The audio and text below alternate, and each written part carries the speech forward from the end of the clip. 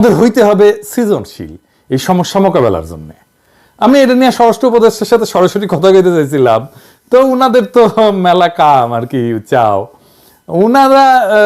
উনারা মেসেজ পাঠাইছিলাম, তো স্বরাষ্ট্র উপদেষ্টা আমার ফোন দেওয়ার টাইম হয় নাই। আমি একটা জিনিস বুঝি না, ওনারা তো পলিটিশিয়ান না, পাবলিক ফিগার না, যে এলাকায় যাইতে হয়, দলের লোকদের টাইম দিতে হয়, মিটিং করতে হয়, রাজনীতি করতে হয়, তারপরেও ওনারা টাইম পান না।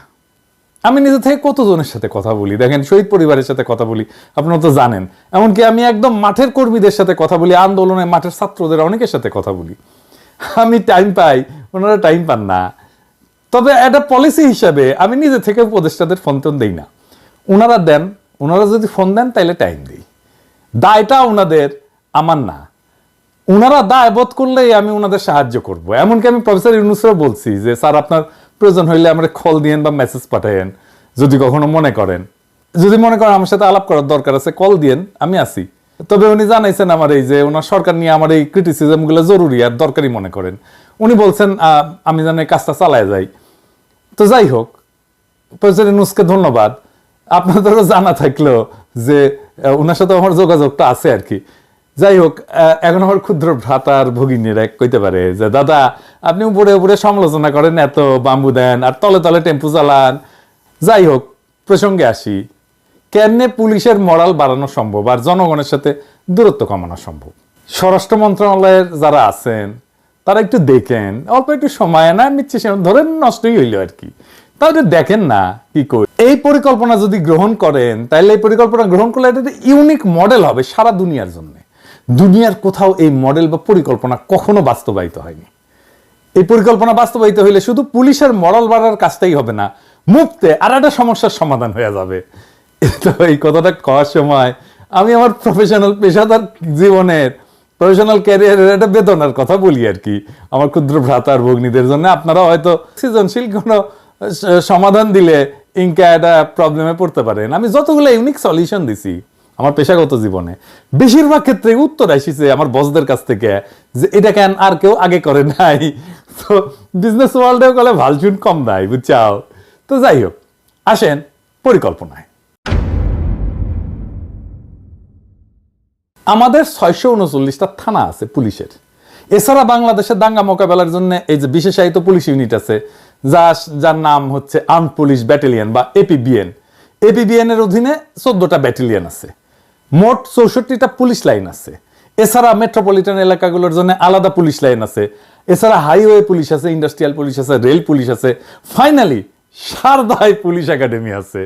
এছাড়া দেশের বিভিন্ন স্থানে আঞ্চলিক পুলিশ প্রশিক্ষণ কেন্দ্র আছে। তো সারদা পুলিশ একাডেমি নিয়ে আমার একটা বিষয় ছিল, আমার ভিডিও যারা হাসিনার আমলে দেখেছেন তারা জানেন, আর কইলাম না। তো এডিটর সাহেব না ঘোড়ার আওয়াজ দেন না, বুঝছাও। এটা এখন আমার যারা পুরানা দর্শক তারা জানে এটা কি।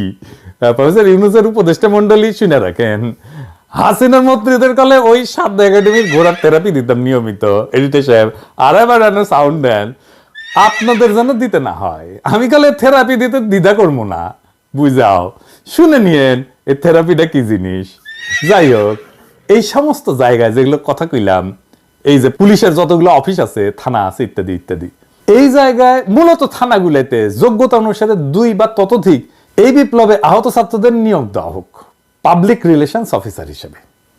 সারদা একাডেমি এবং পুলিশ ট্রেনিং একাডেমিগুলোতে ট্রেনার হিসেবে নিয়োগ দেওয়া যেতে পারে, পুলিশ লাইনে সাপোর্ট স্টাফ হিসেবে।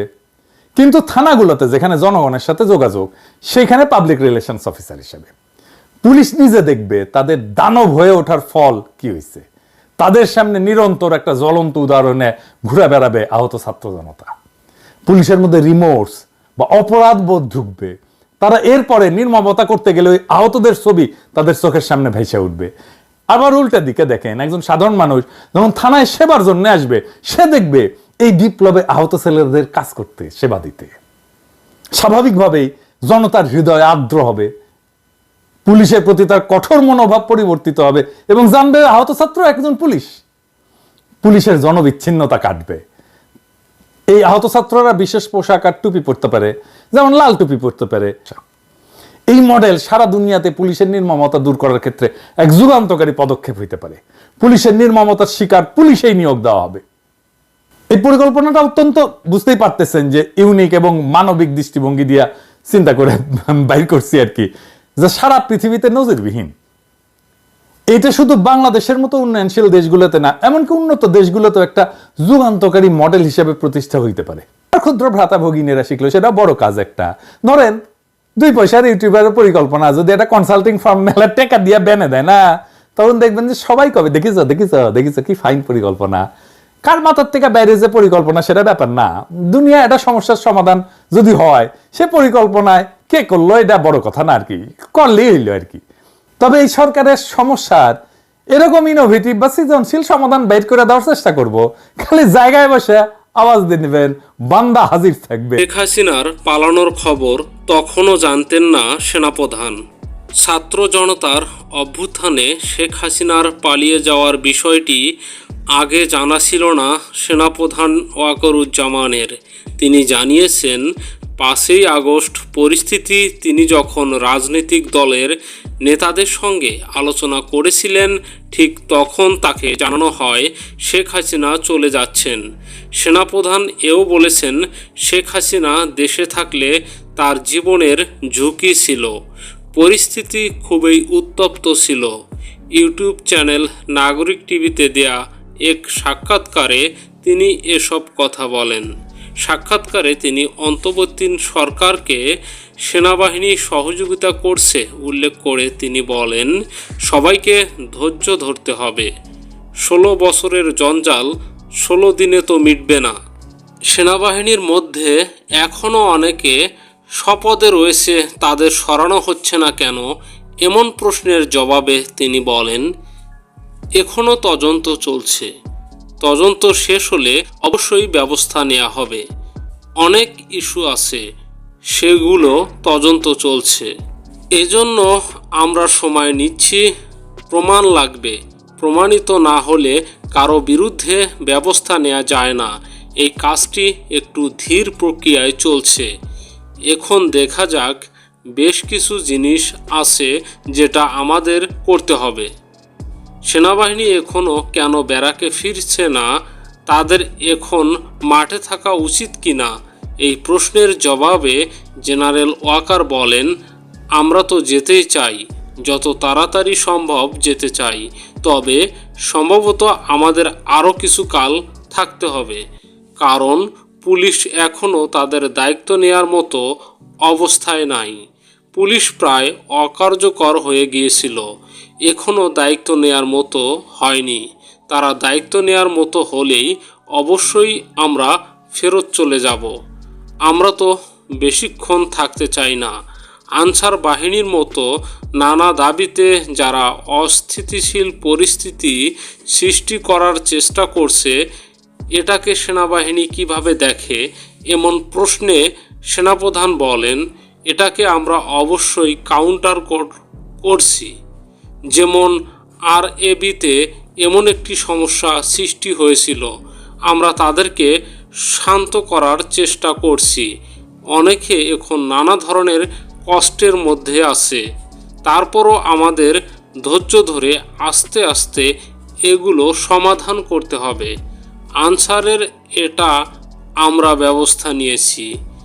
9 ডিভিশন কাজ করছে এবং আনসারদের নিবৃত করেছে। শেখ হাসিনাকে সেফ এক্সিট দেয়া ঠিক ছিল নাকি তাকে দেশে রেখে বিচার করা উচিত ছিল? এমন এক প্রশ্নের জবাবে তিনি বলেন, ওই সময়ে একটি উত্তপ্ত মুহূর্তে তাকে ওখানে রেখে দিলে সমস্যা হতো। আর প্রথম কথা হচ্ছে, আমি তো রাজনৈতিক দলগুলোর সঙ্গে আলাপ আলোচনা করছিলাম।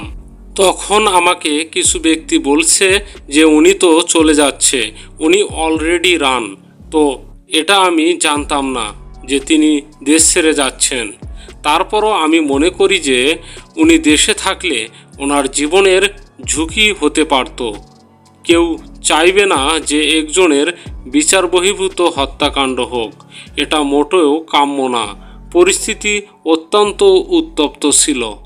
তিনি বলেন, আমি আশাবাদী সবাই একসঙ্গে যদি কাজ করি তাহলে দেশ সংস্কার করা সম্ভব হবে এবং আমরা একটি সুন্দর গণতান্ত্রিক প্রক্রিয়ায় যেতে সম্ভব হব। আমরা একসঙ্গে কাজ করে যাচ্ছি, আমিও তাদের সঙ্গে আছি, কাজ করছি, এই সরকারকে সাহায্য করছি। আমরা সেই লক্ষ্যে যেতে হবে, কারণ এখান থেকে ফেরত যাওয়ার কোনো অবকাশ নেই। জনগণকে ধৈর্য ধরতে হবে। প্রথম কথা হচ্ছে, অনেক ভুল তথ্যের সরাসরি চলছে। যত সংবাদ তারা পায়, আমার দেখা মতে 95%ই মিথ্যা। সত্যের সঙ্গে মিথ্যাকে মিশ্রিত করে এই সমস্ত সংবাদ পরিবেশন করা হয়। এটা মানুষকে একটি ভুল ধারণা দেয়। আমি বলবো, মানুষকে ধৈর্য ধরতে হবে এবং প্রকৃত ঘটনা জানতে হবে।